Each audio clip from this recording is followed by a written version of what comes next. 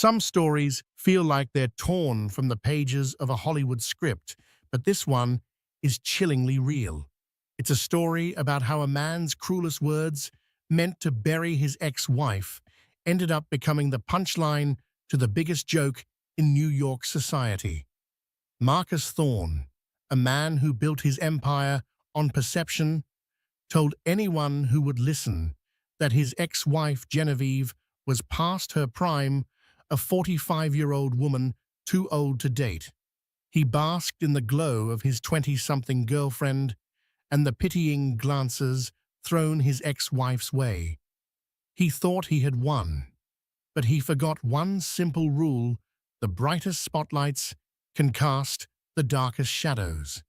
And in just 1 week, his shadow would swallow him whole when Genevieve appeared on the cover of Prestige Quarterly with a man whose name could buy and sell Marcus's entire world.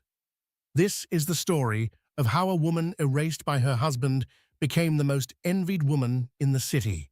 The air in the grand ballroom of the Pierre Hotel was thick with the scent of money and tuberose. It was the annual fundraiser for the Children's Literacy Foundation, an event that was less about charity and more about the brutal silent calculus of New York's elite social hierarchy. At the center of one of the most sycophantic circles was Marcus Thorne.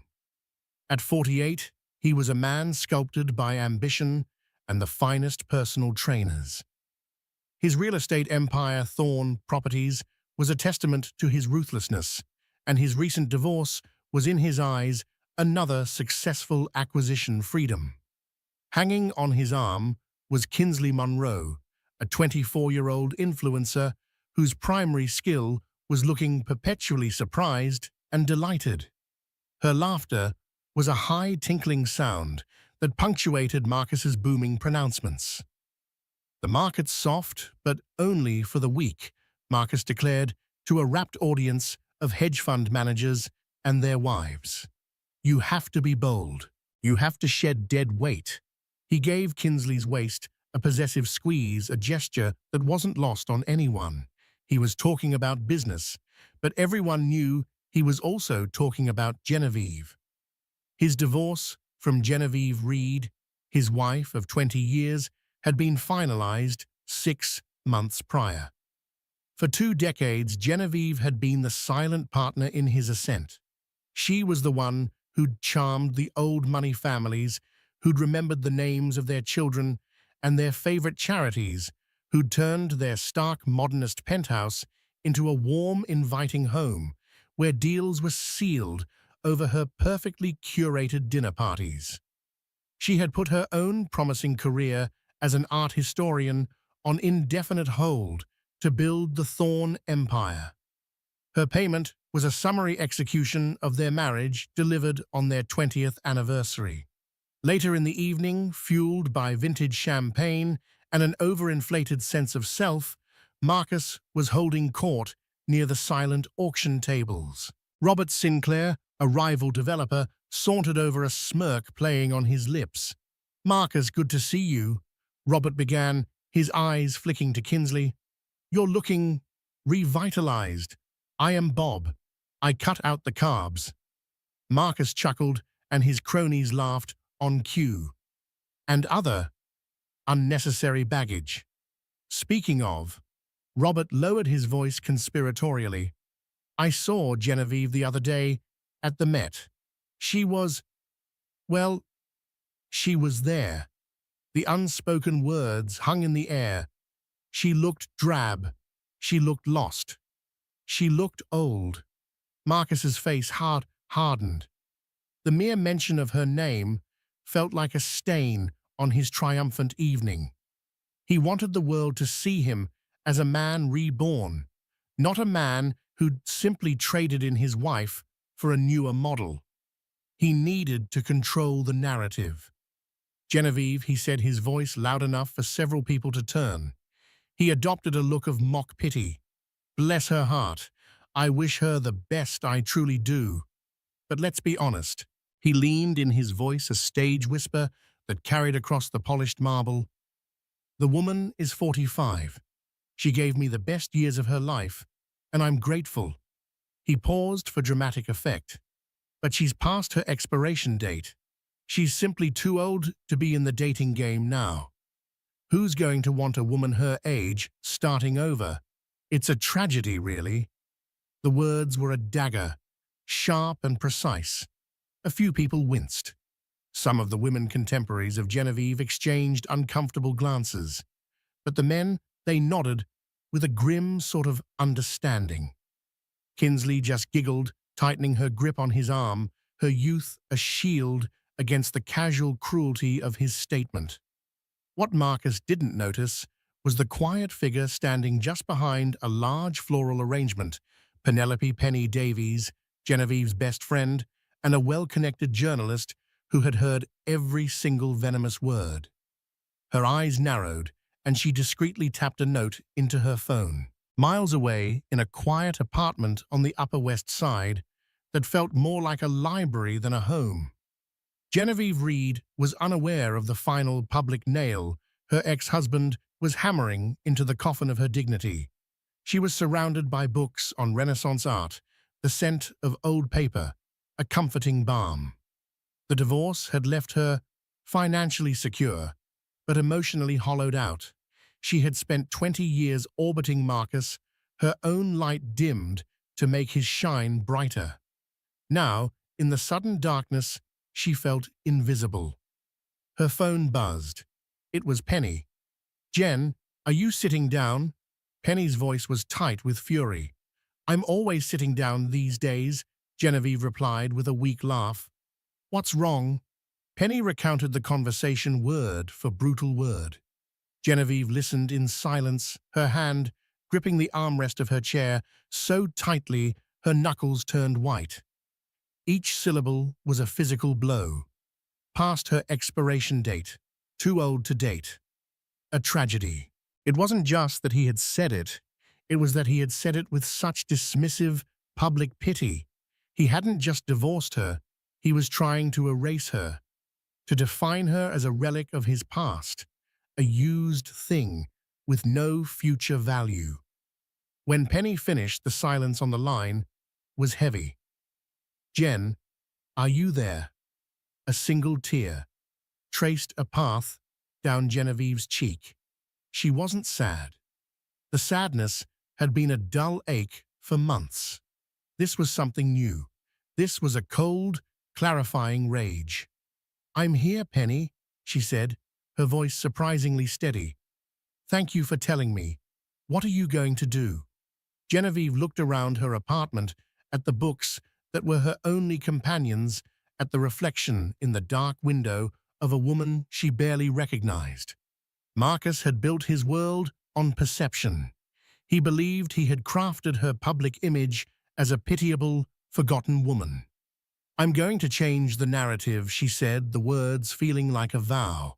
"He thinks I'm invisible. He's about to find out what happens when a woman has nothing left to lose." She didn't know how. She didn't have a plan. But for the first time, in a very long time, the woman who had been defined by her husband for 2 decades felt the stirrings of the person she used to be, a woman of intellect, passion, and a will of iron that had merely been dormant, not dead. The tragedy wasn't her age. The tragedy was that she had ever believed her worth was tied to him. And that was a mistake she would never make again. The days following Penny's phone call were a blur of quiet fury. Genevieve's rage didn't manifest in shouting or tears, but in a tense, focused energy that vibrated just beneath her skin. The world outside felt hostile. Every time she stepped out of her apartment, she imagined people looking at her with the same pity Marcus had projected. She saw him everywhere, his smug face on the cover of a business magazine in a newsstand, his name on a new luxury condo development she passed on a walk. He was inescapable. Penny, ever the loyal general, tried to rally her. "We need to get you out there, Jen. Let's go to that new cocktail bar in Soho. It's full of artists and writers not those finance ghouls Marcus ran with.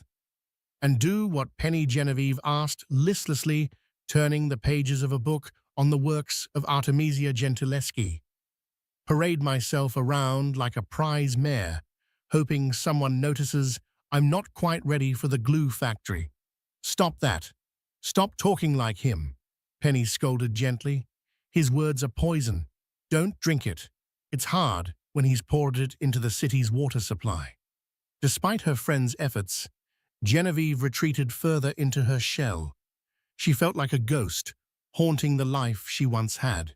The divorce settlement had been generous, but the money felt like a severance package for a long, thankless job. What she missed wasn't Marcus, but the sense of purpose, the structure, the feeling of being part of something. Now her days were formless, a vast, empty canvas. One rainy Tuesday afternoon, as she was sorting through old mail, her hand brushed against a thick, cream-colored envelope she had ignored for weeks. It was embossed with the logo of the Devereux Foundation, a private arts organization known for its staggering collection of post-impressionist and modern art. She slit it open with a letter opener, her movements mechanical. It was an invitation, not to a gala or a fundraiser, but to a private symposium, the Patron's Eye, a symposium on private collection and public trust. It was a small exclusive event for curators, academics, and a handful of major patrons.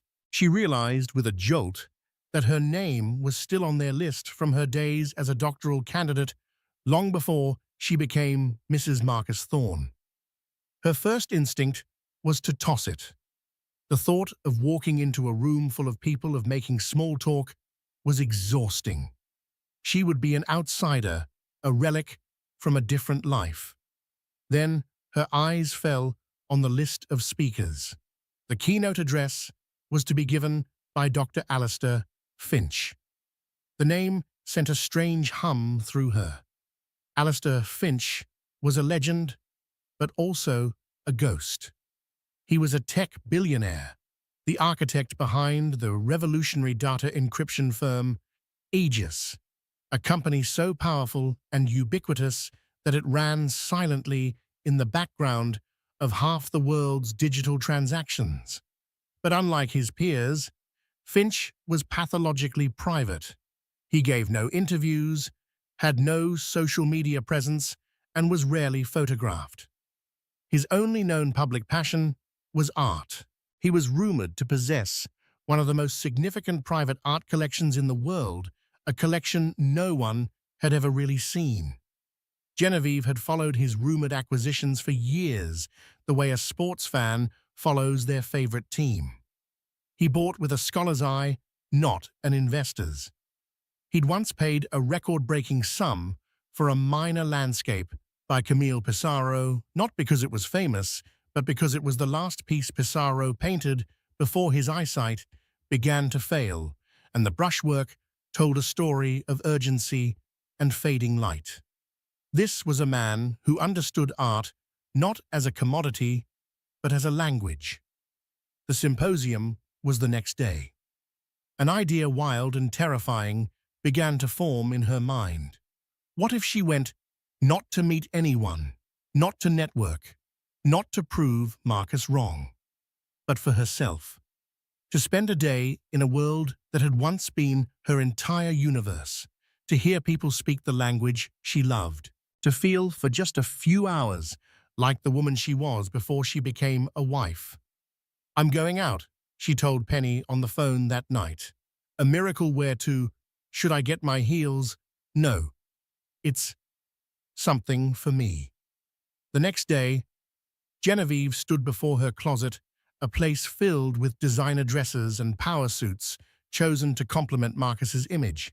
They felt like costumes for a role she no longer played. At the very back, she found a simple charcoal gray sheath dress, a well-tailored piece she'd bought for her PhD defense years ago. She paired it with low, sensible heels and a simple silver necklace. She didn't look like a billionaire's ex-wife or a socialite. She looked like what she was: a scholar. The symposium was held in the Foundation's private townhouse, a magnificent limestone building off Fifth Avenue. The atmosphere was hushed and academic. No press, no photographers, just the low murmur of intelligent conversation and the scent of old wood and lemon polish. Genevieve felt a wave of anxiety but also a flicker of homecoming. She slipped into a seat at the back of the small auditorium content to be anonymous. The panels were fascinating debates on provenance, the ethics of repatriation, the role of digital archives. For the first time in months, Genevieve wasn't thinking about Marcus or Kinsley or what people thought of her. She was completely absorbed, scribbling notes in a small moleskin notebook. The final speaker was Alistair Finch. He was not what she expected. He was tall and lean, perhaps in his early 50s, with silvering hair at his temples and eyes that seemed to absorb everything around him. He wore a simple dark tweed jacket, no tie. He didn't speak from a podium, but walked slowly across the stage, his voice calm and measured. His talk was brilliant. He spoke of art as a form of data, a repository of human experience, emotion, and history that was more complex and valuable than any digital code. He argued that collectors were not owners, but custodians with a duty to preserve and eventually to share. During the Q&A, a curator from the Guggenheim asked a question about a recently discovered and disputed Modigliani sketch. The expert consensus was that it was a clever fake. Before Finch could answer, Genevieve felt an irresistible pull. Without even thinking, she raised her hand. A moderator, surprised to see a hand from the back row, nodded at her. "Excuse me, Dr. Finch," she began, her voice clearer than she expected. While the craquelure is inconsistent with Modigliani's typical canvas preparation of the period, has anyone analyzed the pigment composition of the underdrawing? His early work in Livorno, before he moved to Paris, often used a specific Sienese umber that was ground with a higher than usual linseed oil content. It creates a very particular chemical signature that would be almost impossible for a forger to replicate unless they were also a materials historian. The room went silent. A few people turned in their seats to look at her. Her analysis was arcane specific and deeply insightful. It was the kind of detail that only someone who had spent hundreds of hours studying the subject would know. Alistair Finch stopped and looked directly at her. His gaze wasn't appraising or dismissive. It was one of genuine intellectual curiosity. A slow smile spread across his face. That he said, his voice resonating through the quiet room, is an extraordinarily astute observation. No, it has not been analyzed in that way. You've just given the Guggenheim's Conservation Department a new line of inquiry. He held her gaze for a moment longer. "Thank you, Reed," she said, her heart hammering. "Genevieve Reed." He nodded slowly. "Ms. Reed, thank you." As the symposium broke for a small reception, Genevieve, flustered by her own boldness, tried to slip out unnoticed. She had done what she came to do. She had remembered who she was. Ms. Reed. She turned. Alistair Finch was standing there, holding 2 glasses of water. He offered one to her. "I was hoping I might have a moment," he said. "Your point about the Sienese umber was not just astute, it was brilliant. That's a level of material knowledge one rarely encounters outside of a restoration lab." "You're a conservator, no?" Genevieve said, taking the glass. "An art historian. Or I was. It's been a while." "Passion like that doesn't just disappear," he said, his eyes kind. "It goes dormant, perhaps. I'd be very interested to hear more about your work. The real work, not the recent hiatus." He said it with such simple, direct respect that Genevieve felt the armor she had built around herself begin to crack. He wasn't looking at her age, her marital status, or her social standing. He was looking at her mind. For the next hour, they stood in a quiet corner of the reception, and for the first time in 20 years, Genevieve talked about art. She talked about the way Gentileschi used chiaroscuro not just for dramatic effect, but as a weapon. She talked about the hidden political allegories in Renaissance portraiture. She forgot where she was. She forgot about Marcus. She forgot that she was supposed to be too old. She was simply Genevieve. And for the first time, she felt that was more than enough. When she finally left the townhouse and stepped out into the evening air, the city looked different. The lights seemed brighter, no longer hostile, but full of promise. She had walked into that building as a ghost, but she was walking out as herself. The days after the symposium were a revelation. Genevieve had expected the encounter with Alistair Finch to be a singular bright spot in her otherwise grey existence. She hadn't expected a follow-up, but 2 days later, a courier delivered a small, flat package to her apartment. Inside was not flowers or champagne, but a first-edition copy of a rare book on the chemical composition of 17th-century pigments. Tucked inside was a handwritten note on heavy cream-colored cardstock. Ms. Reed, your insights have stayed with me. I suspect you might be one of the few people who would appreciate the chapter on Venetian ceruse. If you have the time, I would be honored if you would join me for a private viewing of some pieces that pose similar questions. Sincerely, Alistair Finch. He had included a private number. Genevieve's hand trembled as she held the card. This wasn't a date, not in the traditional sense. It was an invitation into a world she thought was forever closed to her. It was a gesture of profound intellectual respect. She called the number. Their first date was not at a trendy restaurant or a flashy club. He sent a discreet car to pick her up, and it took her not to a public museum, but to a climate-controlled, unmarked warehouse in Queens. Inside was a private gallery that took her breath away. It was a museum of one. Rothko's bled color on one wall, a Giacometti sculpture stood hauntingly in the center of the room, and a triptych by Francis Bacon screamed silently from another. Alistair was waiting for her, dressed in a simple cashmere sweater and slacks. There were no assistants, no curators, just him. I wanted you to see them without distraction, he explained, to hear what they have to say. For 3 hours, they walked and talked. He didn't lecture. He asked questions. He wanted her opinion, her visceral reaction, her academic interpretation. He would stand before a painting, his head tilted, and say, I see the despair here. But you mentioned something about Gentileschi using darkness as a weapon. Do you see that in this soutine? Is the darkness a void, or is it an active presence? Genevieve, who had spent years making small talk about golf handicaps and summering in the Hamptons, felt her mind unfurl like a sail catching wind. She was articulate, passionate, and brilliant. She challenged his interpretations, offered her own, and pointed out details he, the owner, had never noticed. This became their routine. Their courtship was a series of quiet, extraordinary adventures.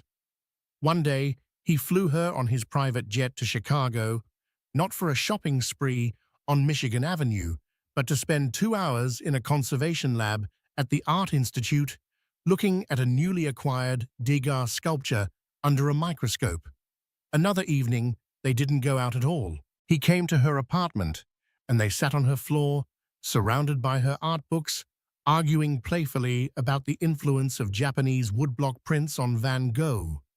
He never once mentioned her past, her divorce, or Marcus. It was as if her life had only begun the moment she stood up at that symposium. He was interested in the Genevieve Reed who existed outside of any man's shadow. He was captivated by her mind, her passion, and the quiet strength she was only just rediscovering in herself. "You have an astonishing eye, Genevieve," he told her one evening as they stood before a somber, beautiful portrait by an unknown Flemish master. "It's a gift. To let it lie dormant is a crime against an entire field of study. I didn't think anyone cared about this field anymore," she admitted, her voice soft. "Or about me." He turned to face her, his expression serious. "The world is loud, and it celebrates the wrong things. It celebrates noise over substance, perception over reality. But that doesn't mean substance and reality have lost their value. It just means they're harder to find." He paused, his gaze gentle and infinitely more precious when you do. Meanwhile, Marcus Thorne was living in a very different reality. His life with Kinsley was a whirlwind of public appearances and performative happiness. They were at every opening, every launch party, their photos splashed across gossip sites. Marcus loved it. He felt powerful, desired a king with his young queen. He heard whispers about Genevieve through the grapevine. Robert Sinclair had mentioned seeing her with some academic type. Marcus laughed it off. "Good for her," he told Robert over a game of squash, his voice dripping with condescension. "Glad she's found a friend. Probably some dusty professor. As long as she's happy, right?" He genuinely believed it. He couldn't conceive of a world where Genevieve could find someone who wasn't a pale, pathetic shadow of himself. In his mind, he was the pinnacle. Anyone she found would be a downgrade proof that he had been right to leave her. Kinsley, whose entire worldview was shaped by social media metrics, reinforced his delusion. "Like, who would even date someone that old, for real," she'd said one night while scrolling through her phone. "No offense to Jen, but her like brand is just expired." Marcus had nodded in agreement, basking in the validation. He was so blinded by his own ego that he failed to notice the signs. He didn't notice that the quiet, deferential woman he had divorced was slowly being replaced by a confident, engaged intellectual. He didn't notice because he had never truly seen her in the first place. The turning point came one evening at Alistair's home, a stunning, minimalist townhouse that valued light and space over opulent display. He had commissioned a report on the feasibility of a new global arts foundation, one dedicated to funding material historical research and provenance verification. He handed the thick binder to Genevieve. "I'm thinking of endowing a new foundation," he said simply. "I believe it could change the way we protect and understand art, but a foundation is only as good as the person who leads it." He looked at her directly. "I want you to be its director, Genevieve. I'll provide the capital, you provide the vision. You would have complete autonomy." Genevieve was speechless. It wasn't just a job offer. It was a restoration. It was him handing her the tools to rebuild the part of her life she had been forced to abandon. Tears welled in her eyes, but for the first time in a year, they were tears of overwhelming gratitude.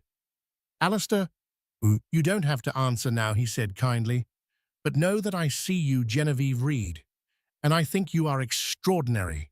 Later that night, as they stood on his terrace overlooking the city, he gently took her hand. It wasn't the possessive grip of Marcus, but a warm, steady presence. "There's another reason I want you to run the foundation," he said, his voice a low murmur against the city's hum. "It would make it much easier to coordinate our schedules, assuming you'd be willing to marry me." Genevieve's heart stopped. It wasn't a grand, dramatic proposal. It was quiet, certain, and utterly sincere. It was a proposal from a man who wanted a partner, not a possession. He wasn't asking for the woman who ran his home, but the woman who would run a global foundation. He was asking for her. She looked at his face, illuminated by the city lights, and saw her future. It wasn't about the money or the status.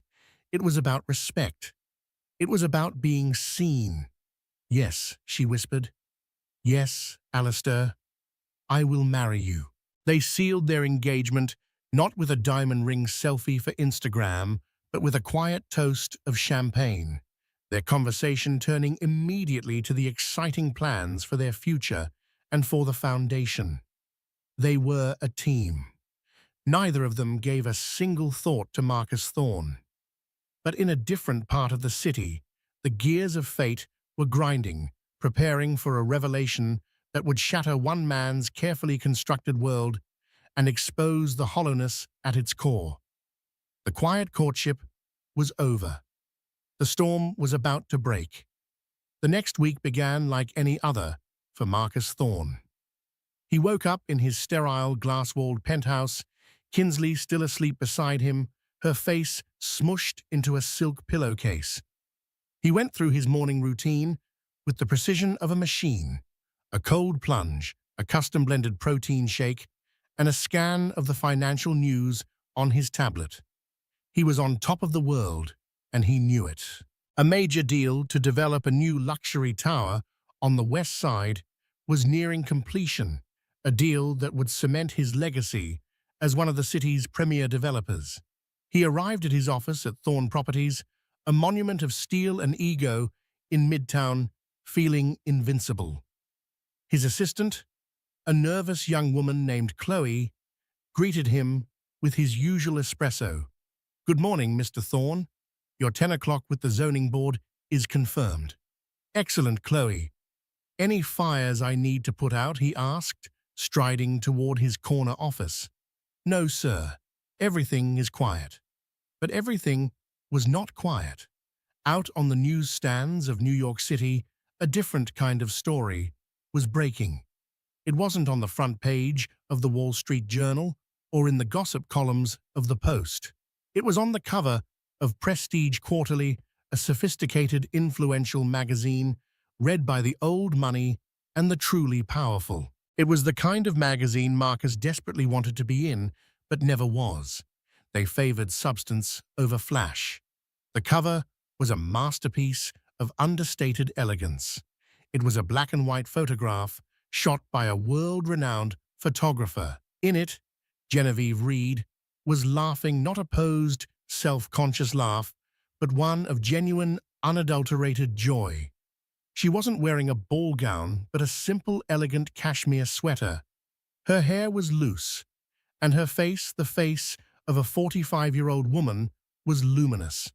Her hand was resting on the arm of a man who sat beside her, his own expression one of quiet, profound adoration. That man was Alistair Finch. The headline in bold, classic font read, "Silence Broken, the enigmatic Alistair Finch on Love, Art, and the Woman Who Changed Everything," announcing his engagement to scholar Genevieve Reed. The first tremor of Marcus's downfall happened not in his office, but in the elite sports club where his rival Robert Sinclair was having a post-workout breakfast. Sinclair choked on his avocado toast when his associate slid the magazine across the table. His eyes widened first in disbelief, then in pure, unadulterated schadenfreude. He immediately took a photo of the cover with his phone. The text message arrived on Marcus's phone just as he was sitting down for his meeting. It was from Sinclair. No words, just the picture of the magazine cover. Marcus stared at it. His brain couldn't process the image. Genevieve laughing with... He squinted. He didn't recognize the man at first. He looked like some college professor. Then he read the headline. Alistair Finch. The name hit him like a physical blow. Alistair Finch, the reclusive tech god. The man whose net worth was rumored to be in the 12-figure range, a number that made Marcus's own considerable fortune look like pocket change. It wasn't possible. This had to be a joke, a sophisticated prank. Genevieve, his mousy academic ex-wife, who he'd publicly pitied as being too old to date, was engaged to one of the richest, most private, and most respected men on the planet, Mr. Thorne, one of the zoning officials said, looking at him with concern. "Are you all right? You've gone pale." Marcus shook his head, trying to clear the fog of confusion and rage. "Fine," he managed to croak out. "Let's begin." But he couldn't concentrate. The words in the meeting were just noise. His mind was racing, replaying his own arrogant pronouncements at the charity gala. Past her expiration date, a tragedy. He had said it so loudly, so publicly. He had defined her as worthless. And now she was on the cover of Prestige Quarterly, not as a tragic figure, but as the chosen partner of a man who personified value. The news spread through the city's elite circles like wildfire. Phones buzzed from the Upper East Side to Wall Street. The story was irresistible. It wasn't just about the astonishing upgrade in wealth, it was the poetic justice of it all. Everyone had heard Marcus's cruel remarks. Everyone had seen him flaunt his young girlfriend. Now, the tables hadn't just turned, they had been launched into orbit. By the time Marcus returned to his office, the atmosphere had changed. The usual deference from his staff was now tinged with something else, a mixture of shock pity and a morbid curiosity. Chloe couldn't meet his eyes. "Hold all my calls," he barked, slamming his office door shut. He ripped open his laptop and found the article online. It was worse than he could have imagined. It wasn't a simple announcement. It was a beautifully written profile detailing Genevieve's brilliant academic past and her sharp, insightful mind. It quoted Finch extensively. "Genevieve possesses a clarity of thought and a passion for truth that is exceptionally rare," Finch was quoted as saying. "The world is full of people who shout. She is one of the few who knows how to listen, how to see. Marrying her is the most intelligent decision I have ever made." The article went on to announce the formation of the Finch Reed Arts Foundation, with Genevieve Reed named as its inaugural director, endowed with a starting fund of $500 million. Marcus felt the air leave his lungs. Director of a $500 million foundation. He had reduced her to her age, and Alistair Finch had elevated her for her intellect. He hadn't just lost the PR battle, he had been annihilated. He was no longer the successful man who had dumped his aging wife. He was now the idiot who had let a priceless treasure slip through his fingers. He was the punchline. His personal phone rang. It was Kinsley, her voice a panicky squeal. "Marcus, have you seen it? Everyone is texting me. Jessica from my yoga class. She sent me the cover. Is it real? Is your ex-wife really marrying that guy? The guy who owns the internet?" "It's an exaggeration, Kinsley," he snapped, his patience gone. "Well, everyone is talking about it, and they're talking about what you said at the gala. It's super awkward for me now." Her concern wasn't for him, or even for Genevieve. It was for her own social standing, which had been inextricably tied to his. Suddenly, being Marcus Thorne's girlfriend wasn't such a great look. He was no longer the powerful victor, he was the cosmic fool. The final blow came an hour later. It was a call from his lead investor on the West Side Tower project, a conservative old money firm. "Marcus," the man said, his voice cold and distant. "We're seeing some troubling chatter. This public situation with your ex-wife, it's a bad look. It speaks to a certain lack of judgment." "What? It's a personal matter. It has nothing to do with business," Marcus sputtered. "In our world, character is business," the investor replied flatly. "Alistair Finch is on the board of 2 of our parent companies. We can't be in business with a man who is now, for all intents and purposes, a public embarrassment to him. We're invoking the character clause in our contract. We're pulling our funding. The line went dead. Marcus stared at the phone in his hand. The West Side Tower, his legacy project, the deal that was supposed to make him untouchable, was gone. It had evaporated in a single morning, all because of a magazine cover. He had built his empire on perception, and in the blink of an eye, the perception had shifted. He wasn't the shark, he was the chum. He leaned forward and put his head in his hands. The silence of his opulent office suddenly deafening. He had told everyone his ex-wife was a tragedy.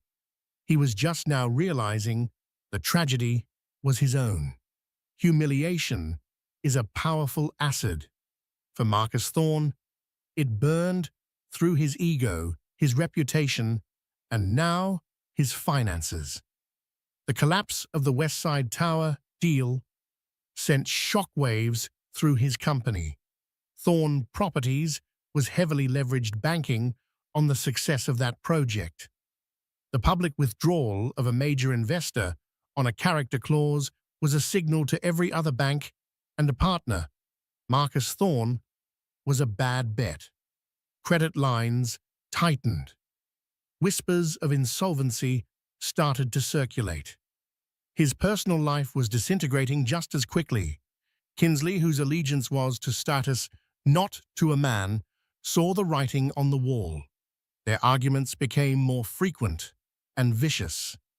"This is your fault, Marcus," she'd shrieked during one explosive fight. "You just had to open your big mouth about your ex. You made us a joke. Do you know what it's like to go to brunch and have everyone pity you too?" 2 weeks after the magazine cover dropped, Kinsley was gone. She didn't even say goodbye in person, just a short text message before a moving van quietly emptied her belongings from the penthouse.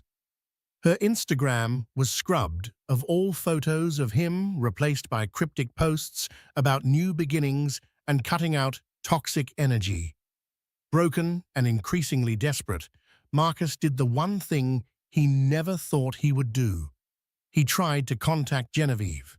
His first attempts were calls and texts, all of which went unanswered. He then sent a long, rambling email, a pathetic mix of feigned remorse and veiled threats about their shared history. It, too, was met with silence. Finally, he resorted to the unthinkable. He went to her apartment building on the Upper West Side, a place he hadn't been since their lawyers had divided their assets. He buzzed her apartment, his heart pounding with a toxic cocktail of rage and desperation. A voice answered through the intercom, but it wasn't Genevieve's. It was the calm, steady voice of a security professional. "Who is calling for Ms. Reed?" "It's Marcus Thorne. Her ex-husband. I need to speak with her. It's urgent." There was a pause. "Ms. Reed is not accepting visitors. Please leave the premises, Mr. Thorne. Just tell her I'm here. Tell her I need to apologize." He yelled at the small metal box. "If you do not leave, we will be forced to call the police." Defeated, Marcus stumbled back onto the street. He was locked out, not just from her building, but from her life, from the world of respectability he had once commanded. He looked up at her window, imagining her inside, living a life that was now completely inaccessible to him. Did she hate him? Was she enjoying his downfall? The truth was, Genevieve rarely thought of him at all. Her life was full. She was deep in the throes of launching the foundation, recruiting a world-class board, and reviewing grant proposals from scholars around the globe. Her days were a whirlwind of meetings, research, and passionate debate with Alistair, who was not just her fiancé, but her most enthusiastic, intellectual sparring partner. Her happiness was not built on Marcus's ruin. It was built on her own rediscovery. The news of his professional and personal collapse reached her, of course, through Penny. who delivered it with a grim satisfaction. Genevieve felt a distant, detached sadness, the way one might feel hearing about the misfortune of a former colleague from a job long since past. He was a chapter of her life that was now closed, and she had no desire to reread it. One evening, she and Alistair were having a quiet dinner at home. Genevieve brought up Marcus's failed attempts to contact her. He seems to be unraveling, she said, not with malice, but with a clinical sort of observation. Penny said the West Side Tower deal was the final nail in the coffin for his company. Alistair took a sip of his wine, his expression unreadable. The lead investors in that project, the parent firm, is a private equity group called North Star Holdings. They value discretion and character above all else. I'm surprised they acted so quickly based on what was essentially high society gossip, Genevieve mused. Alistair Vuong set his glass down and looked at her. It wasn't just gossip, Genevieve. I sit on the board of North Star Holdings. Genevieve stared at him, the implications slowly dawning on her. It felt like a puzzle piece clicking into place. Alistair, did you? I made no demands, he said, his voice calm and precise. I never would.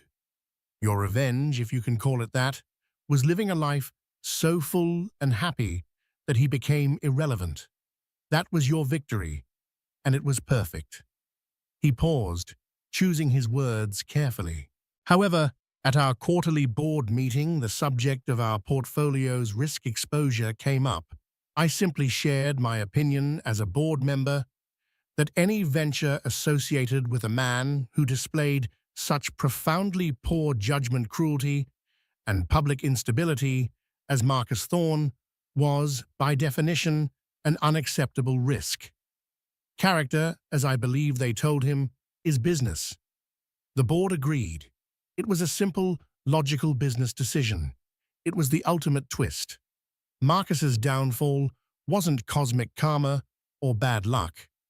It was a quiet, clinical, and utterly devastating checkmate executed by a man who operated on a level Marcus couldn't even comprehend. Alistair hadn't acted out of petty revenge for a slight against his fiancée. He had acted as a titan of industry, protecting his investments from the liability of a flawed character. He had used the language Marcus understood, money and power, to pass a sentence that Marcus himself had written with his own cruel words. Genevieve was silent for a long moment, processing the quiet lethality of Alistair's move. He hadn't stooped to Marcus's level. He had simply operated from his own, and in doing so, had erased him from the board. It wasn't an act of passion, it was an act of consequence. She reached across the table and took his hand. "Thank you," she said softly. For what he asked, his eyes searching hers. "For seeing a bad investment and protecting your portfolio," she replied, a small knowing smile playing on her lips. He smiled back, a rare wide grin that made his eyes crinkle at the corners. The ghost of Marcus Thorne had finally been exorcised, not with a shout, but with the quiet closing of a ledger. Weeks later, Penny sent Genevieve a link to a tabloid article. The headline was sensational: bankrupt real estate tycoon Marcus Thorne spotted moving into New Jersey rental. The accompanying photo was grainy, showing a haggard, unshaven Marcus carrying a cardboard box into a modest suburban townhouse. He was alone. Genevieve looked at the picture of the man who had declared her old and worthless. He had chased youth and perception and had lost everything of real value. She had embraced her age, her intellect, her true self, and had gained a world of substance and happiness. She closed the link without a flicker of triumph, only a quiet sense of finality.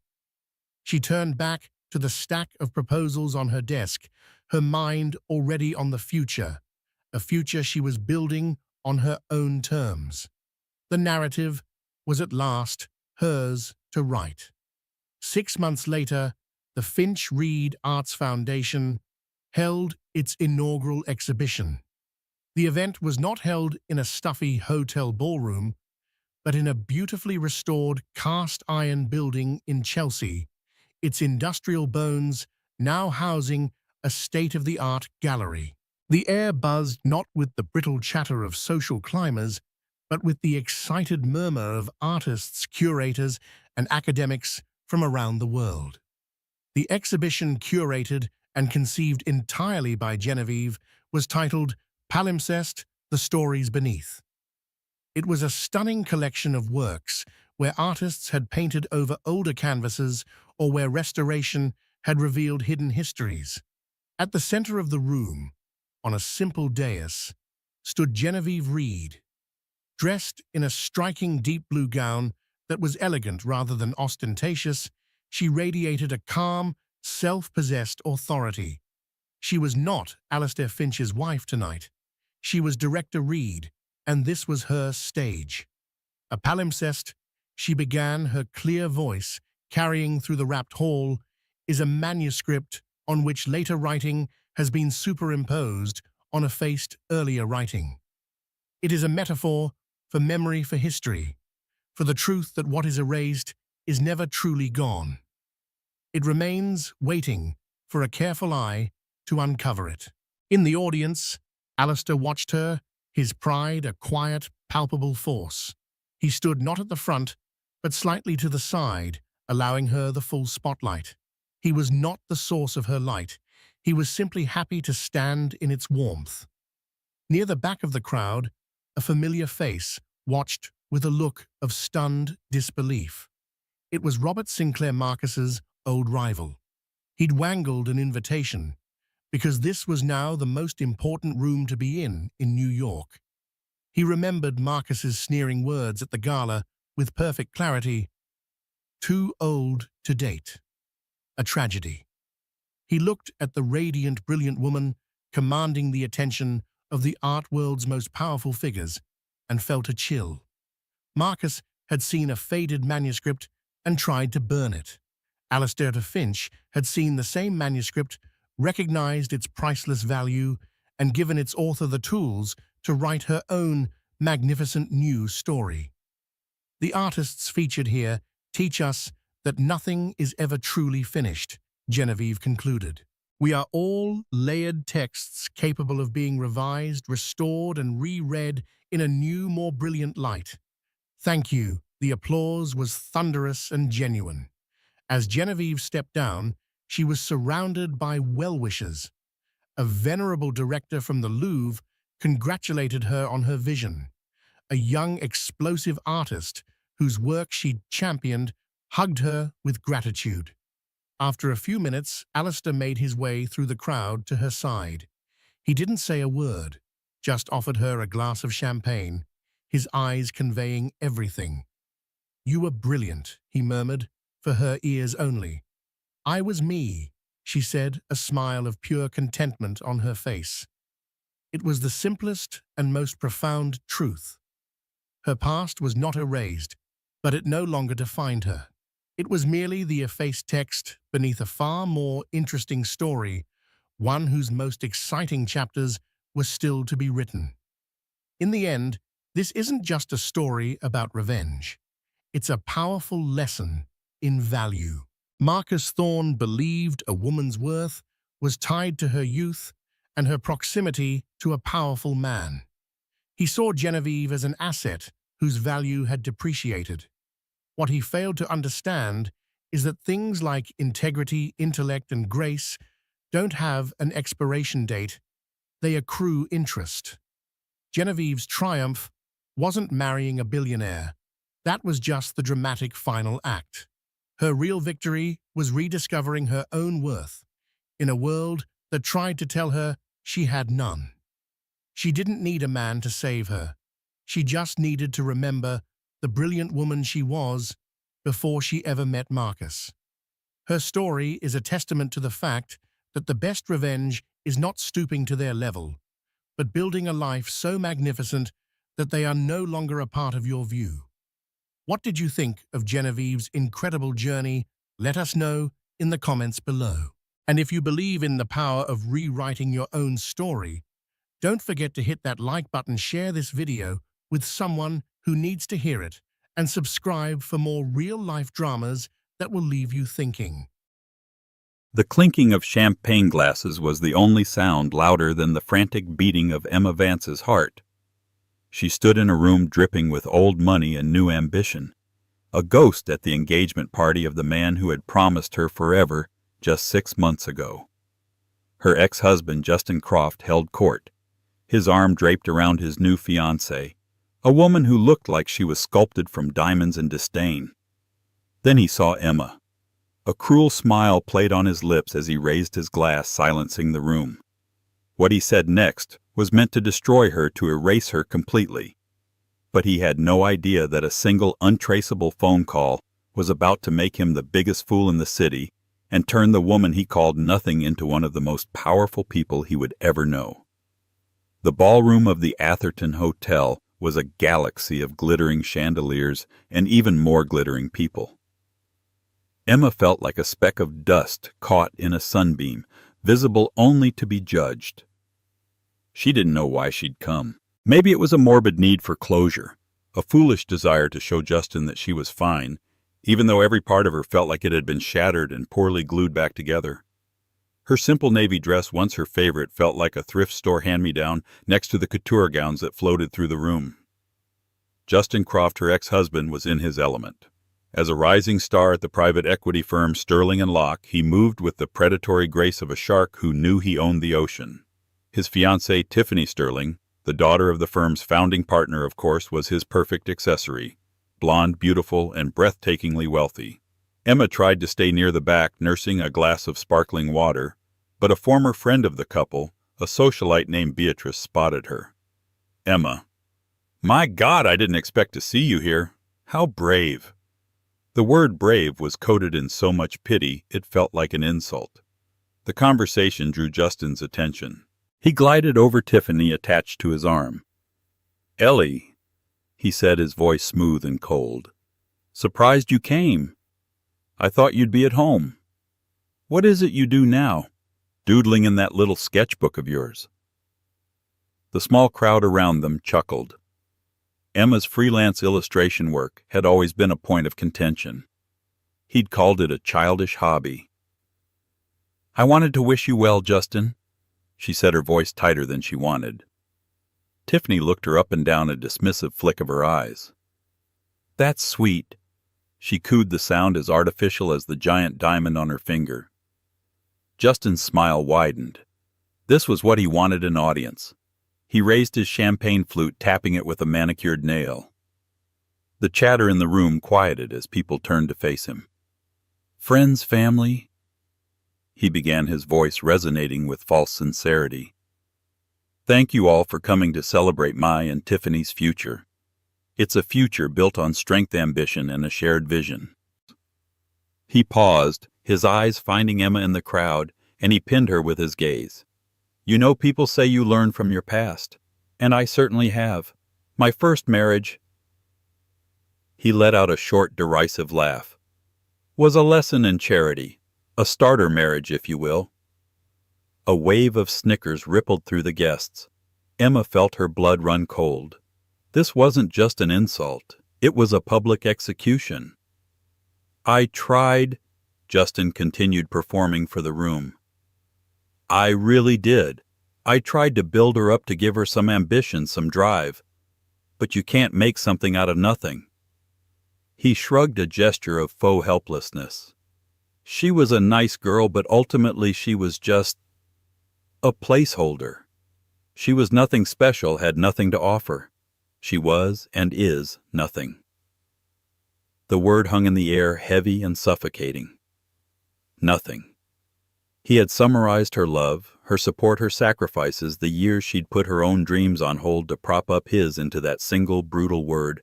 The faces around her were a blur of pity and scorn. She saw Beatrice smirk. She saw Tiffany preen. She felt 100 pairs of eyes branding her with Justin's verdict. Her own were burning with tears she refused to let fall. She placed her glass down with a hand that trembled almost uncontrollably, turned without a word, and walked away. The sound of Justin's triumphant laughter followed her all the way to the gilded doors of the ballroom.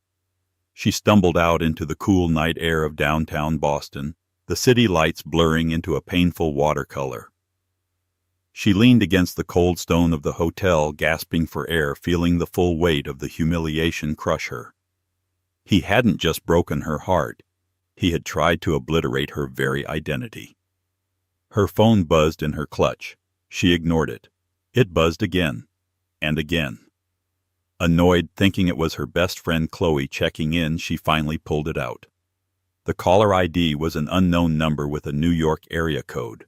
Against her better judgment, she answered her voice, a raw whisper. "Hello? Am I speaking with Ms. Emma Vance, formerly Emma Croft?" The voice was male deep and impeccably formal. It was calm and steady, a stark contrast to the storm inside her. "Yes. Who is this?" "My name is Alistair Finch. I am a senior partner at the law firm of Finch, Covington & Steele in New York. I am calling on behalf of the estate of my late client, Mr. Arthur Pendleton." Emma frowned, the name barely registering. Pendleton. She vaguely remembered a great uncle on her mother's side, a reclusive old man she'd met only once as a small child. He'd sent her a $20 bill for her birthday every year until she was 10, and then nothing. He was a phantom from her family's past. I think he was my great uncle," she stammered. "Is everything all right?" There was a pause on the other end of the line. "I'm afraid Mr. Pendleton passed away peacefully 2 days ago, Ms. Vance. I am the executor of his will." "Oh, I'm sorry to hear that," she said, though the man was a stranger to her. "Thank you," Mr. Finch replied, his tone professional yet not unkind. "The reason for my call is to inform you that Mr. Pendleton has named you in his final testament. It is a matter of some urgency. Could you be at my office in Manhattan tomorrow morning at 10 a.m. for the reading? Manhattan tomorrow." Her mind was still reeling from Justin's verbal assault. I don't know. What is this about Ms. Vance?" the lawyer said, his voice dropping slightly, imbued with a gravity that cut through her shock. "I cannot discuss the details over the phone, but I can tell you this: it is imperative that you are here. What Mr. Pendleton has left for you will change your circumstances profoundly." Her circumstances. The cramped one-bedroom apartment she could barely afford. The mountain of debt from her divorce. The feeling of being utterly, hopelessly nothing. Something in Mr. Finch's tone, a hint of unspoken significance, made her straighten up. "Okay," she heard herself say, a flicker of defiance igniting within her. "I'll be there." As she hung up, she looked back at the Grand Hotel entrance, where the muffled sounds of music and laughter still spilled out. Justin was in there, basking in his victory, certain he had left her broken and worthless.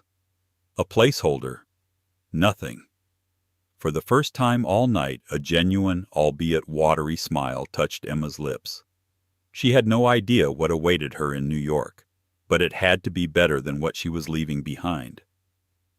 The first-class train ticket to New York, emailed to her by Mr. Finch's assistant within minutes of their call, felt like a relic from another life. Emma hadn't traveled in anything but coach for years. As the train sped south, Boston's skyline giving way to the Connecticut coastline, she felt a surreal sense of disconnect. Less than 12 hours ago, she had been publicly flayed, reduced to a footnote in her own life story. Now she was being summoned to a prestigious Manhattan law firm by a man she barely remembered. The offices of Finch, Covington & Steele occupied the top 3 floors of a skyscraper overlooking Central Park. The lobby was a cathedral of marble and polished brass. A silent elevator whisked her to the 80th floor, opening into a reception area that whispered rather than shouted wealth. The air smelled of old leather, lemon polish, and power. A severe-looking woman with a chic gray bob led her down a long hallway lined with dark, imposing portraits of men who all looked like they'd been born in a 3-piece suit. She was shown into a corner office where floor-to-ceiling windows offered a godlike view of the city sprawling below. Alistair Finch rose from behind a mahogany desk the size of a small car. He was older than his voice suggested, perhaps in his late 60s, with a mane of silver hair, kind eyes behind wire-rimmed spectacles, and an impeccably tailored suit. He looked less like a lawyer and more like a wise university professor. "Ms. Vance, thank you for coming on such short notice," he said, shaking her hand. His grip was firm and reassuring. "Please sit. Can I offer you some coffee? Water?" "Water would be lovely, thank you." She managed, sinking into a leather chair that felt softer than her own bed. He poured her a glass from a crystal carafe, his movements deliberate and calm. He sat opposite her, a thick leather-bound document on the desk between them. "I was very sorry to hear about your great-uncle," Emma said, feeling it was the right thing to say. Mr. Finch nodded slowly. Arthur was a unique man. Very private. He valued loyalty and authenticity above all else. He disliked pretense. The lawyer's eyes seemed to study her for a moment, as if gauging her character. "He spoke of you, you know. Not often, but with a certain fondness." "He did?" Emma was shocked. "I only met him once at a family reunion when I was 5. I barely remember him." "He remembered you," Mr. Finch stated simply. "He followed your life from a distance, more than you know." He gestured to the document. "This is his last will and testament. It is straightforward, and he was in his right mind when he signed it. There are a few minor bequests to his household staff and a donation to the Metropolitan Museum of Art, but the remainder, the entirety of his estate, his assets, his properties, and his controlling interest in his company, he has left to you." Emma stared at him, trying to process the words. "The remainder I don't understand. What company?" Mr. Finch leaned forward slightly. "Ms. Vance, your great-uncle was Arthur Pendleton, the founder and sole shareholder of Pendleton Global Enterprises." The name meant nothing to her. "Pendleton. Global? It is a privately held conglomerate," the lawyer explained patiently, "with major holdings in technology, sustainable energy, real estate, and international shipping. It's one of the largest private corporations in the world." Emma felt a wave of dizziness. This had to be a mistake, a cruel joke. "There must be other family, cousins, nieces. He can't have left it all to me." "He has 2 surviving nephews, Marcus and Jonathan Pendleton," Mr. Finch confirmed. "He has left them each $1 to be used for the purchase of a bus ticket back to whichever rock they crawled out from under." His words, not mine. A ghost of a smile touched the lawyer's lips. He felt they embodied the very greed and artifice he despised. He was looking for someone else. Someone he felt was genuine. Emma's mind was a whirlwind. This wasn't real. "What does this estate consist of? A house? Some savings?" Mr. Finch opened the folio. He cleared his throat and began to read in a calm, even tone. "To my great-niece Emma Vance, I bequeath the following: the penthouse apartment at 740 Park Avenue, New York, the waterfront estate in Southampton, New York, the chalet in Aspen, Colorado, the villa on Lake Como, Italy, and the private island in the Grenadines known as Pendleton's Rest." Emma's mouth went dry. Each location was more unbelievable than the last. But the lawyer wasn't finished. "Furthermore, I bequeath to her the entirety of the Pendleton art collection with an estimated value of $900 million. Emma made a small choking sound. $900 million. "And finally," Mr. Finch said, looking up from the page to meet her eyes directly, "I bequeath to Emma Vance my full and complete ownership of Pendleton Global Enterprises, along with all associated liquid assets, stocks, bonds, and investment portfolios." He closed the document softly. The silence in the room was absolute, broken only by the distant hum of the city far below. "Mr. Finch," Emma whispered, her voice trembling, "what is the total value of this inheritance?" Alistair Finch took a slow breath as if to prepare her. Ms. Vance, a full valuation is ongoing, but based on the last quarterly report, the conservative net worth of the assets you have just inherited is approximately $27 billion. $27 billion. The number was so vast, so astronomical, it had no meaning. It was an abstraction. Emma felt the room tilt, the view of Central Park swimming before her eyes. She gripped the arms of the chair, anchoring herself. Nothing. Justin had called her nothing. A hysterical laugh bubbled in her chest, and she had to physically bite her lip to keep it from escaping. Mr. Finch seemed to sense her shock. "Breathe, Ms. Vance, just breathe." She took a shaky breath, then another. "Why?" She finally asked, the word barely audible. "Why me? He didn't know me." "That's where you're mistaken," the lawyer said gently. He reached into a drawer and pulled out a slim modern tablet, sliding it across the desk to her. On the screen was a web page.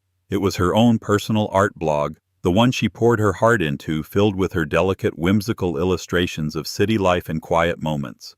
It had a few hundred followers, mostly other aspiring artists and friends. Arthur was an intensely private man, but he was very much a man of the modern world, Mr. Finch explained. He found your blog years ago quite by accident. He never commented, never reached out. He just watched. He admired your talent, but more than that, he admired your persistence. He saw you creating beauty for its own sake, with no expectation of fame or fortune. He saw you working part-time jobs at coffee shops to support your art. He saw the world ignore you, and he saw you continue to draw anyway. He pointed to a specific post from 2 years ago.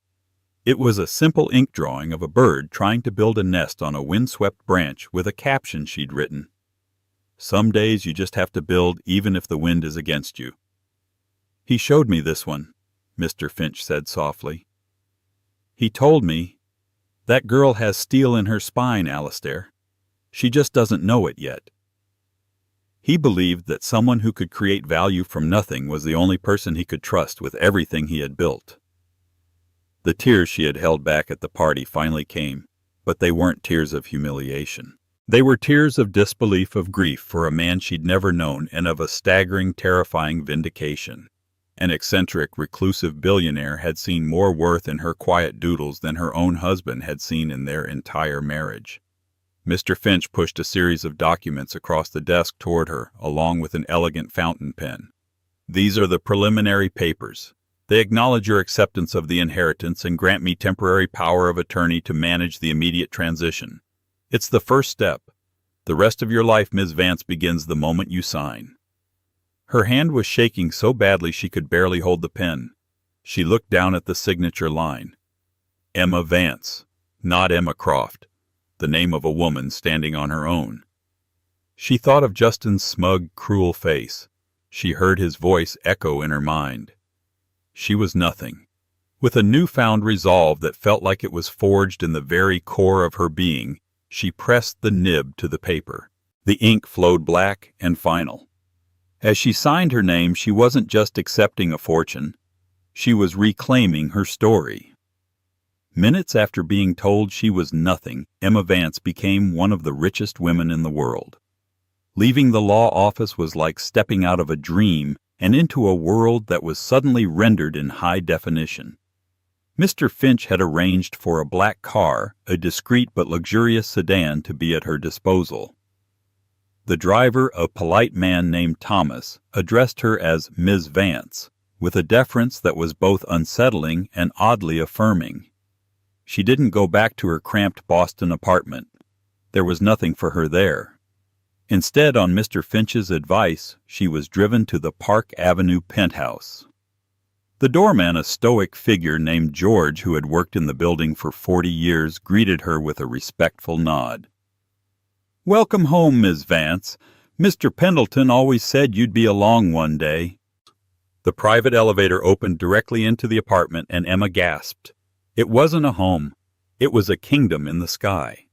A 2-story living room with windows that framed Central Park like a living masterpiece.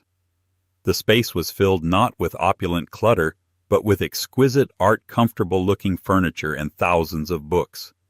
It felt like the home of a mind, not just a wallet. A small, handwritten note from Arthur was on a table by the door. Make it your own. Emma. Don't let my ghosts get in the way. For the next 48 hours, she existed in a state of suspended disbelief. Mr. Finch's team handled everything with quiet efficiency. A woman named Sophia, a chic and capable personal assistant, appeared and helped her procure a new wardrobe, explaining that Ms. Vance would need to be prepared for board meetings and public appearances. Her old life was being packed up and put into storage by a white-gloved moving company. Her finances were being rerouted, her name affixed to accounts with numbers that looked like telephone numbers. The news, of course, broke. Not with a bang, but with a quiet seismic tremor in the financial world. Pendleton's Mystery Heiress, read a headline in the Wall Street Journal. The story was sparse on details only that the reclusive billionaire's vast fortune had passed to a previously unknown great-niece. Her name was not yet public, but the sharks were circling, smelling blood and money in the water. And then inevitably came the call. She was overlooking the park, sipping coffee that tasted impossibly rich, when her phone buzzed with Justin's number. She had forgotten to block it. She stared at it, her heart giving a reflexive, painful squeeze before steeling itself. She answered. Ellie! Ellie, thank God! Justin's voice was a frantic, syrupy mess. I've been trying to reach you. I was so worried. You just disappeared from the party. I'm fine, Justin, she said, her own voice calm and even a stranger to her own ears. Fine, baby. What I said. I was an idiot. I was trying to show off for Tiffany's father. It was just talk, just stupid, arrogant posturing. You know how I get. It didn't mean anything. It meant everything, she thought, just not in the way you intended. Is that all? She asked coolly. No, of course not, he sputtered. Ellie, listen. There are these crazy rumors going around. Some garbage about you inheriting money from some long-lost relative. It's a scam, right? Some kind of cruel joke. You have to be careful. People will try to take advantage of you. The condescension was still there, woven into his fake concern. He simply could not compute a reality in which she was not the helpless, pathetic creature he had tried to make her. It's not a scam, Justin, she said, taking a slow sip of her coffee. There was a dead silence on the line. She could almost hear the gears grinding in his head, the disbelief warring with his innate opportunism. Wait, he whispered. You're serious? So you got, what, a house? A few $100,000? Something like that, she said, the understatement a weapon of its own. Oh, baby, that's incredible. His voice shifted instantly, becoming thick with possessive glee. We have to be smart about this. You can't handle that kind of money on your own. You need me. I can invest it, triple it. We can fix things. Tiffany, that was a mistake. A business arrangement. You and me, Ellie, were endgame. We always were. The sheer naked audacity of it was breathtaking. He thought he could slither back into her life and take control of her fortune, just as he had tried to take control of her soul. Justin, she said, her voice dropping, losing all its warmth. There is no we. There is no us. You made your choice. You chose a future built on strength and ambition, remember? But Ellie, with this money... My money, she corrected him sharply. The words felt good, powerful. And I have all the expert advice I need. Thank you for your concern. Don't do this, Emma, he snarled, the mask slipping. Don't you dare hang up on me. After everything I did for you, I made you who you are. A real, genuine laugh escaped her lips this time. It was liberating. No, Justin, you have no idea who I am, and you never will. She ended the call and finally blessedly blocked his number. The sense of release was intoxicating. That afternoon she met with Alistair Finch again. He walked her through the basics of the Pendleton global empire, a dizzying array of companies and assets. One file in particular caught her eye. It was a real estate development project in Boston, a luxury high-rise condominium. The developer was Sterling and Locke, Justin's firm. And the location? She felt a jolt of recognition. They were planning to tear down a block of old brick buildings in the North End. One of those buildings housed a small, struggling independent bookstore and cafe called the Book Nook, a place where Emma had spent countless hours, where she'd even worked part-time for a year after college. It was her sanctuary. "This property," she said, pointing to the file. "Pendleton Global owns the land, correct?" "Yes," Mr. Finch confirmed. "We've been leasing it to the current tenants for decades. Sterling and Locke have made a very aggressive offer to buy the entire block. The final papers are due to be signed next week." A slow smile spread across Emma's face. It was the first truly predatory smile she had ever worn, and it felt like slipping into a perfectly tailored coat. "I want you to do two things, Alistair," she said, her voice imbued with a newfound authority. "First, draft a letter to Sterling and Locke, effective immediately, terminating the sale negotiations. Inform them that Pendleton Global has decided to pursue other options for the property." Mr. Finch raised an eyebrow, a hint of approval in his eyes. "And the second thing, I want you to draw up new 30-year leases for all the current tenants of that block at $1 per year." She paused, savoring the thought. "And please make sure the termination letter is hand-delivered to Justin Croft." Justin would be in the meeting when that letter arrived. He would have been bragging to his boss, his future father-in-law, about securing the deal that would cement his career. And then a messenger would walk in and hand him a letter from Pendleton Global's new owner, and he would watch his future crumble to dust before his very eyes. All because of the woman he had called nothing. This wasn't just about revenge. It was about protecting something she loved. It was about using her newfound power to preserve beauty, not just create profit. It was the first decision she had made as the head of the empire. It would not be the last. The news of the canceled Boston development deal sent shockwaves through the city's financial circles. It was a public, brutal slap in the face to Sterling and Locke, and by extension to Justin Croft. Whispers began to circulate. The mystery Pendleton heiress was not some naive girl who could be easily manipulated. She had teeth. Justin's subsequent voicemails left from burner phones and blocked numbers that somehow got through were a pathetic symphony of rage threats and desperate pleading. Emma listened to them once clinically, then deleted them. He was a ghost, a nuisance, nothing more. Her real problem, Alistair Finch warned her, was not behind her, but ahead. "The Pendleton family is not going to take this lying down, Emma," he said during one of their daily briefing sessions in the penthouse's library. "Marcus and Jonathan Pendleton are your great-uncle's nephews. They are unpleasant men. They've spent their entire lives waiting for Arthur to die so they could liquidate his assets and live like kings." As if on cue, the official challenge arrived. A thick packet of legal documents delivered by a stern-faced courier. Marcus Pendleton, the elder and more aggressive of the two brothers, was formally contesting Arthur's will. The petition was a masterclass in character assassination. It painted Emma as a gold-digging opportunist who had somehow duped a senile old man. It questioned Arthur's mental competency in his final years. It claimed Emma was utterly unqualified to run a multinational corporation and that her leadership would bankrupt the company, destroying Arthur's legacy.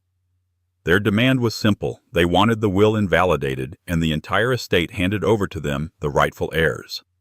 Their first move was to try and freeze the assets, a legal maneuver that would paralyze Emma's control. Finch's legal team swatted it down contemptuously in court, but it was clear this was just the opening salvo. A week later, Emma came face to face with her new nemesis. She had agreed against Alistair's initial advice to attend a charity gala for the New York Public Library, an institution Arthur had quietly supported for years. She wanted to step out of the shadows to put a face to the name that everyone was whispering about. She wore a simple but elegant black gown, her only jewelry a pair of diamond earrings from Arthur's collection that Sophia, her assistant, had insisted on. As she entered the grand book-lined hall, a hush fell over the room. People stared openly, their curiosity a palpable force. A man detached himself from a small group and strode towards her. He was in his late 50s, with a florid face, a weak chin, and the arrogant posture of a man who had never been told no in his life. He was flanked by a younger, paler version of himself, Marcus and Jonathan Pendleton. "Well, well, well!" Marcus boomed, his voice oozing condescension. The little artist. I must say I'm surprised to see you out. I'd have thought you'd be hiding under a rock counting your stolen gold. Emma met his gaze without flinching. Mr. Pendleton, I'm sorry you'll have to forgive me. My great-uncle described you so vividly in his letters, I almost feel as if I know you already. Marcus's face tightened. Don't you dare speak his name. You manipulated a sick, lonely old man. This entire charade is a fraud, and my lawyers will prove it. You won't see a dime of his money. It's already my money, Emma replied calmly, her voice carrying in the quiet hall. And I assure you Arthur was anything but sick or lonely. His mind was sharper at 90 than yours appears to be at 50. Jonathan, who had been silent, piped up with a sneer. What would a part-time coffee slinger know about running a business? Pendleton Global will be a smoking crater in 6 months. That's where you're mistaken, Emma said, turning her cool gaze on him. I don't need to know how to run a shipping conglomerate or an energy company. I know how to hire the people who do. It's called delegation. A concept I'm told that is foreign to those who have never had a real job in their lives. The jab hit its mark. It was common knowledge that the Pendleton brothers had lived their entire adult lives off generous trust funds, set up by their grandfather funds Arthur had pointedly cut off 5 years prior. Marcus's face turned a dangerous shade of purple. He took a step closer, his voice a low growl. You listen to me, you little nobody. You are out of your league. We will drag your name through the mud. We will expose every pathetic detail of your sad little life. By the time we're done, the world will see you exactly as my uncle should have a worthless, grasping leech. We'll offer you a settlement. Take it and disappear. $10 million. It's more than you've ever dreamed of. Emma looked at him at his desperate, angry eyes, and she felt a wave of clarity. He was just like Justin, a bully who used money and status as a substitute for character. They couldn't stand the idea of a woman they deemed inferior holding power over them. She gave him a small, pitying smile. 10 million. That's a very generous offer, Marcus, but I'm afraid it wouldn't even cover the inheritance tax on the Aspen house. Now, if you'll excuse me, I have a library to support. It was so illuminating to finally meet you. She turned her back on him and walked away, leaving him sputtering in her wake. The encounter had been witnessed by dozens of New York's most influential people. They had seen Marcus Pendleton, the supposed heir, try to bully a lone woman, and they had seen her refuse to back down. They had seen Steele. But as she mingled, forcing herself to smile and make small talk, a seed of doubt began to sprout. Marcus's threat echoed in her mind. We will expose every pathetic detail of your sad little life. Her life was small. Her past was filled with insecurities, with moments of weakness, with the humiliation of her marriage to Justin. What if they could twist that? What if they could find a way to use Justin against her? The vultures were circling, and she knew this was more than a fight for money. It was a fight for her own narrative, for the right to be the person Arthur believed she could be. And she was starting to suspect that to truly win she had to understand why. Why had a man she barely knew placed the entire weight of his world on her shoulders? The answer, she felt, was not in a legal document, but somewhere inside the life he had lived. She had to find it. The legal battle with the Pendleton brothers escalated into a brutal war of attrition. Their strategy was clear: bury Emma and her legal team in an avalanche of motions, depositions, and invasive requests for personal information. They subpoenaed her financial records, her college transcripts, even her private journals from her teenage years. They were fishing, desperately searching for anything that could be used to paint her as unstable, incompetent, or immoral. Their biggest weapon, as she had feared, was Justin. They put him on their witness list. Justin, eager for revenge and perhaps promised a cut of the fortune, readily agreed to testify that Emma was emotionally volatile, prone to flights of fancy, and completely incapable of understanding complex financial matters. He twisted their private moments into evidence of her instability, her artistic temperament reframed as a sign of mental weakness. The press, fed a steady stream of leaks from Marcus's camp, began running salacious articles with headlines like, "The Billionaire Doodler, and Pendleton heiress's ex-husband fears for family empire. Emma felt the pressure mounting. She was holding her own in board meetings, relying on the brilliant division heads Arthur had put in place, and her own surprisingly sharp intuition. She was learning fast, but the public and personal assault was draining. She felt like the world was seeing her through Justin and Marcus's lens, a lucky fool and imposter in a dead man's suit. She needed to understand Arthur. She needed to connect with the man whose faith in her was the only shield she had against the onslaught. One rainy Saturday, unable to bear the confines of the penthouse, she asked Thomas to drive her to the Southampton estate. She'd only seen pictures of the sprawling gray-shingled mansion by the sea. It was beautiful but felt cavernous and empty. The household staff, a kindly couple who had worked for Arthur for 30 years, showed her around. Mr. Pendleton spent most of his time in his study, the housekeeper, Mrs. Gable, told her. But his heart was in the old boathouse. Curious, Emma walked down a stone path, the sea mist clinging to her coat. The boathouse was a separate structure perched at the edge of the property overlooking the churning Atlantic. It looked weathered, almost neglected from the outside. But the lock was a modern heavy-duty one. Using a key from a ring Arthur had left specifically for her, she opened the door. The air inside was cool and smelled faintly of turpentine and linseed oil. It wasn't a boathouse at all. It was an artist's studio. A massive floor-to-ceiling window faced the ocean, flooding the room with gray light. Canvases of all sizes were stacked against the walls. Some were covered in cloths, others were turned around. Easels stood like silent sentinels. Jars crammed with brushes and palette knives cluttered wooden tables stained with a rainbow of dried paints. Emma walked through the room as if in a trance. She turned one of the canvases around. It was a breathtaking, impressionistic seascape full of violent energy and dark, brooding colors. It was magnificent. She turned another, a stark, emotional portrait of a young woman with haunted eyes. Another, a vibrant, abstract piece that seemed to shimmer with contained energy. They were all unsigned, and they were all brilliant. On a large drafting table in the corner, beneath a dust cover, she found a series of leather-bound journals. The first entry was dated 1952.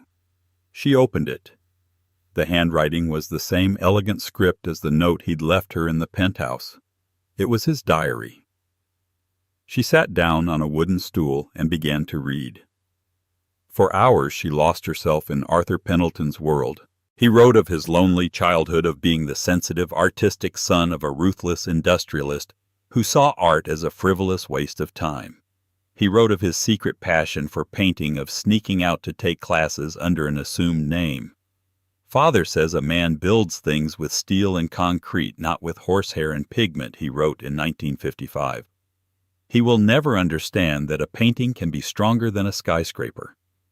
He wrote of being forced into the family business after his older brother died in the Korean War. He wrote of his arranged loveless marriage to a woman from a similarly powerful family. And he wrote of the day he packed away his brushes for good. Today I have become a ghost. An entry from 1960 read, I will run the company. I will make the fortune my father demands. I will build the empire. But Arthur, the man who feels, the man who sees the color in the shadows, is gone. I have locked him in the boathouse. I pray one day someone comes along with the key. Emma felt a profound, aching sadness for him. He had lived the life he was expected to live, sacrificing his soul for his duty. He had built Pendleton Global into a titan, but it had cost him his own happiness. She kept reading, skipping forward through the decades. The entries became less frequent, more business-focused. Then about 5 years ago, the tone changed. I found a blog today, an entry read. A young artist. An illustrator. Her name is Emma Vance. There is a lightness in her work, a quiet resilience that I recognize. It is the thing my father tried to beat out of me. She draws a bird on a windy branch and gives it hope. She sees the world not just as it is, but as it could be. Emma's hands trembled. He had been watching for years. She found the last journal, the entries from the final months of his life. His handwriting was shakier, but the clarity of his thought was undiminished. Marcus and Jonathan came to visit today. They did not ask about my health. They asked about my portfolio. They walk through my home and see only price tags. They are my blood, but they are not my kin. They are my father's sons, not mine. And then the final entry dated just 1 week before he passed away. I spoke with Alistair today and finalized the arrangements. It is all going to Emma. Some will call me a fool, a madman. Let them. They think I am leaving her a great burden, a company she cannot possibly run. They are wrong. I am not leaving her a company. I am leaving her a choice. The choice I never had. She can sell it all and live a life of leisure, and I would not blame her. Or she can take the tools I have built, this great engine of capital, and use it as a paintbrush. She can create, she can build, she can protect. She can paint the world in better colors. I have watched her for years. I saw her life with that empty suit of a husband, a man who tried to dim her light so his could shine brighter. I saw him break her heart, but not her spirit. That bird is still on the branch, battered but building. I am not a fool. This is the soundest investment I have ever made. Tears streamed down Emma's face, dripping onto the yellowed page. It wasn't charity. It wasn't a whim. It was a legacy. A torch passed from one artist to another. He hadn't just given her his fortune. He had given her his deferred dream, his vindication. He saw her, the real her, more clearly than anyone ever had. She stood up and walked to the massive window overlooking the stormy sea. The wind howled outside. She finally understood. She was not an imposter. She was the chosen heir. The war with Marcus wasn't just about money anymore. It was about honoring the faith of the man who had seen the steel in her spine long before she knew it was there. She pulled out her phone and called Alistair Finch. "Alistair," she said, her voice clear and strong, echoing in the silent studio. "I know how we're going to win this." The deposition was held in the grand library of Emma's Park Avenue penthouse, her territory. Marcus Pendleton and his aggressive lawyer Harrison Drake sat across a long mahogany table, expecting to face a nervous, intimidated woman. They were not prepared for the calm, steely-eyed leader who entered the room. For hours, Drake hammered at her, trying to portray her as an unqualified, emotionally volatile artist. "Ms. Vance," he sneered, "you worked as a barista. Do you really expect this court to believe you are qualified to oversee a multi-billion-dollar global energy portfolio?" Emma's voice was even. "My job isn't to know how to build a solar farm, Mr. Drake. It's to have the wisdom to listen to the experts who do." Drake shifted to her marriage. "Your ex-husband, Mr. Justin Croft, will testify that you were naive and easily manipulated. Is that an accurate description?" "My ex-husband defines a person's worth by their net worth," she replied coolly. "What he saw as weakness, my great-uncle Arthur saw as strength. It's a matter of perspective." Finally, Drake played what he thought was his trump card. "Why should this court believe your great-uncle would leave his entire life's work to a stranger?" This was the moment. "I wasn't a stranger to him," Emma said, producing authenticated copies of Arthur Pendleton's private journals. She passed them to Drake's team, their faces paling as they read. "My great-uncle," she announced, her voice resonating with authority, "was a brilliant artist forced by his family to abandon his passion. In these journals he documents how he followed my own art career for years. He saw me as a kindred spirit." She locked eyes with Marcus. He also wrote about his nephews.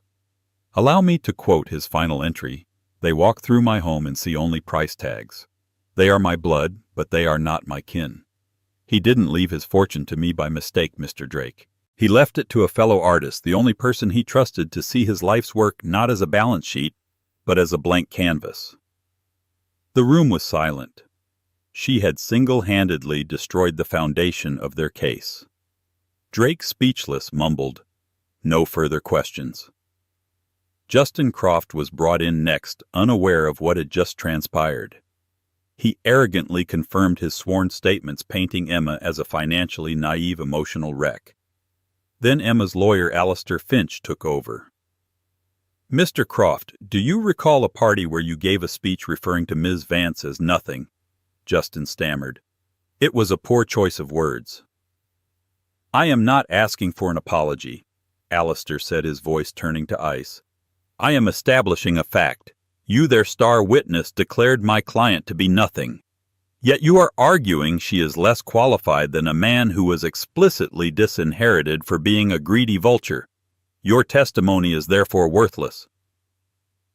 Justin sat there, exposed and humiliated. He had walked in to bury Emma, but had only succeeded in burying himself. The deposition shattered their case. Within a week, Marcus Pendleton dropped the lawsuit. The fight was over. Emma was finally free. Her victory solidified her position. The board of Pendleton Global, having witnessed her shrewd and formidable defense of Arthur's legacy, gave her their unequivocal respect. She took the reins of the company not as a corporate raider, but as a visionary. Guided by Arthur's journal, she pivoted the company's focus towards sustainable energy and ethical development, using its immense power to create positive change. Her most personal project was the Arthur Pendleton Foundation for the Arts, which she endowed with $1 billion to support struggling artists, ensuring that others with the creative spirit she and Arthur shared would not have their dreams extinguished by a world that valued only profit. Justin Croft's downfall was swift. The leaked deposition transcripts made him a pariah. His fiancée left him and his firm fired him. A year later, Emma saw him by chance on a street in Midtown. He looked haggard and defeated. "Emma," he said, his voice desperate. "I'm sorry. I was a fool." She looked at the man who had tried to destroy her and felt only a distant pity. "Yes, you were," she replied simply. "Is there any chance?" he began, but she gently cut him off. "The difference between us, Justin, was never about money," she said softly, her voice filled with a final, unshakable peace. "It was about value. I spent years trying to prove my worth to you. Now I know my worth was never in question." She didn't need to say more. He understood. In her silence, he was forced to confront his own emptiness.